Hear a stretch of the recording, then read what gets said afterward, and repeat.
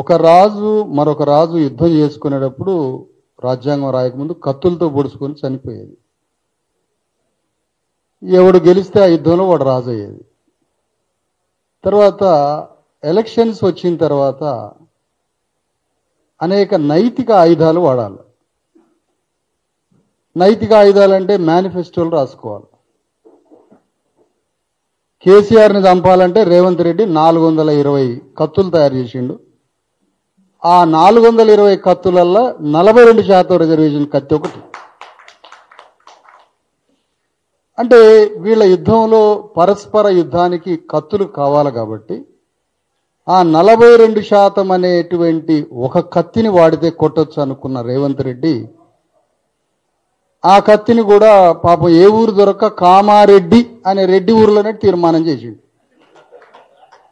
అసలు చస్తంటే ఈ రెడ్ల నుంచి తప్పించుకోవాలి, మనం చస్తంటే ఆ డిక్లరేషన్ కూడా అక్కడ జరిగింది. సంతోషం. ఆ కత్తిని ఇంకా వాడితే తాను ఇంకా బలోపేతం అవుతా అన్న దాంట్లో ఇరుక్కొని అది ఇక్కడ దాకా ప్రయాణమైంది. వాస్తవానికి రేవంత్ రెడ్డి అనే ఒక character, BJP Kishan Reddy character, ఈ ఇద్దరు మండల్ కమిషన్ మొదటిసారి భారతదేశంలో బీసీలకి స్వాతంత్రోద్యమం వచ్చే అవకాశం ఉన్నది, స్వాతంత్రం వచ్చే అవకాశం మండల్ కమిషన్. దాన్ని అమలు చేయొద్దు అన్న పోరాటంలో పాల్గొన్న ప్రధానమైన విలన్స్ ఎవరైనా ఉంటే కిషన్ రెడ్డి, రేవంత్ రెడ్డి. ఇది బేసిక్ పాయింట్. ఇది సంఘ బహిష్కరణ చేసే అర్హత పొందగలిగిన వాళ్ళు వీళ్ళిద్దరు.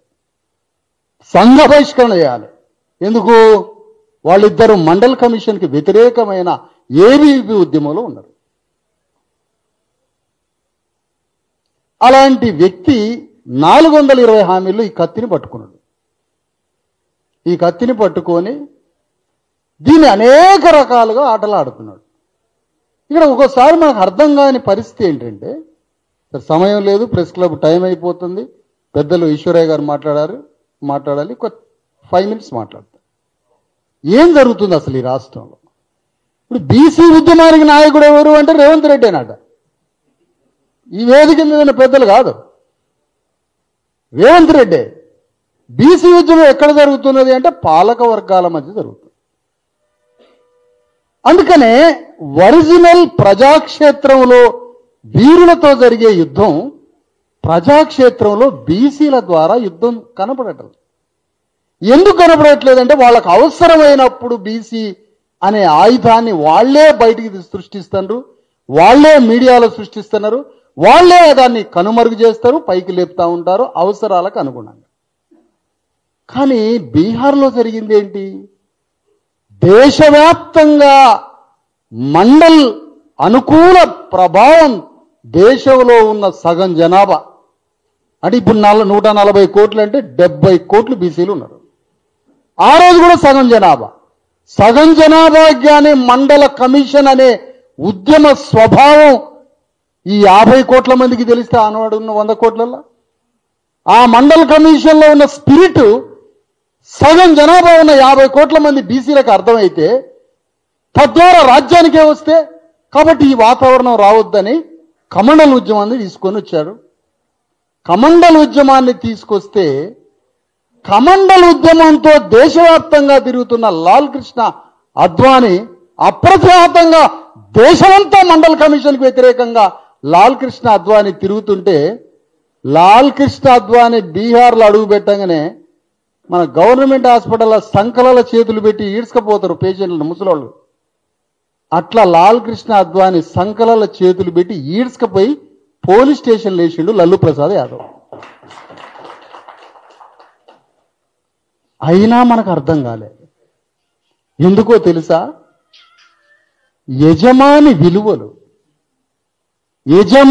విలువల ప్రకారం బ్రతికేటువంటి వాళ్ళం మనం. మండల్ కమిషన్ మన కోసం వస్తే దాంట్లో పాల్గొనలేదు.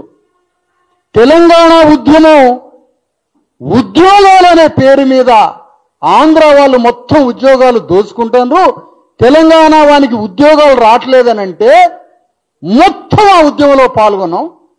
కానీ ఆంధ్ర వాళ్ళు దోచుకున్న ఉద్యోగాల కన్నా 1 కోటి రెట్ల దోచుకున్న తెలంగాణ అగ్రవాల చర్ర నుంచి మనకి ఇప్పుడు ఈ 42% రిజర్వేషన్లు వస్తే కొన్ని కోట్ల రెట్ల ఉద్యోగాలు వస్తాయి ఆంధ్ర దోపిడీ కన్నా. కానీ ఈ ఉద్యమంలో మాత్రం మనం పాల్గొనట్లేదు. ఎందుకు అంటే యజమాని ఆదేశం కావాలి మనకి. ఏం చేద్దామంటారు చెప్పండి, మీ పోరాటాలు ఏంటో ఏందో చెప్పండి అని శ్రీనివాస్ గౌడ్ గారు 3-4 సార్లు అన్నాడు. కానీ ఒక్కరన్న జబ్బలు జరుచుకొని లేచి నిలబడి గొంతెత్తి యుద్ధ వీరులాగా పలానా చేద్దాం అన్న క్యారెక్టర్స్ బయటికి రాలే. ఎందుకంటే యజమాని లేడు ఇక్కడ, యజమాని లేడు ఇక్కడ. యజమాని విలువలతో మనం ఉన్నాం కాబట్టి భారతదేశాన్నైనా బంద్ చేసే స్థాయికి తెలంగాణ ఉద్యమం పోయింది. కానీ అందుకని ఇక్కడ నిర్ణయం తీసుకోవాల్సింది ఏంటంటే కులగణన అనే ఒక స్వాభావిక లక్షణాన్ని మనం అర్థం చేసుకోవాలి. భారత రాజ్యాంగం అనే కన్న తల్లికి బిడ్డలు కనిపించట్లే, కన్న తల్లికి కన్న బిడ్డలు కనిపించట్లేదు. కన్న తల్లి తన హృదయాన్ని తన ప్రేమని పంచడానికి తనకి బిడ్డలు కనపడనప్పుడు తల్లి ఏ విధంగా తన ప్రేమని పంచగలదు? భారత రాజ్యాంగం అనే కన్న తల్లికి తన బిడ్డలు కనిపించాలి అంటే కులగణన చేయాలి.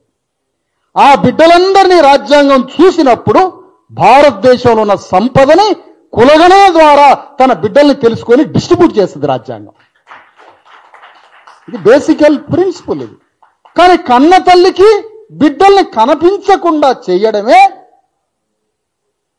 ఇప్పుడున్నటువంటి అగ్రవర్ణ పార్టీల యొక్క పద్ధతి. తల్లికి బిడ్డలు దొరికినరా, రాజ్యాంగమే పంచింది సంపదని. కాబట్టి బిడ్డల్ని కనిపించకుండా చేసి ఇప్పటిదాకా వచ్చింది. అప్పుడు బిడ్డలకి కన్నతల్లి పెట్టడమే ప్రజాస్వామ్య విజయానికి మూల సూత్రం.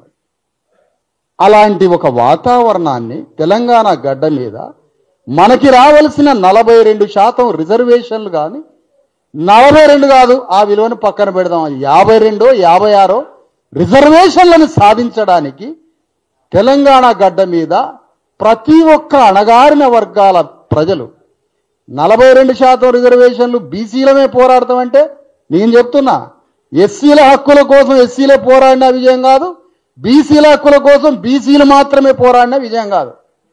బీసీ హక్కుల కోసం మిగతా సామాజిక వర్గాలు కూడా మీకు తోడు ఉంటాయి. ఆ యుద్ధం లేకపోతే ఊరంతా కదలాలి కదా. ఊళ్ళో ఉన్న ఒకే ఇల్లట ఇప్పుడు ఊరికి న్యాయం చేసిద్దట. ప్రపంచంలో ఎక్కడైనా మైనారిటీలు హక్కులు అడుక్కుంటే మెజారిటీ వాడు సహాయం చేస్తాడు. భూగోళంలో ఏ దేశంలోనైనా, భూగోళం మీద ఏ దేశంలోనైనా మెజారిటీగా ఉన్నవాడు మైనారిటీకి సహాయం చేస్తున్నాడు.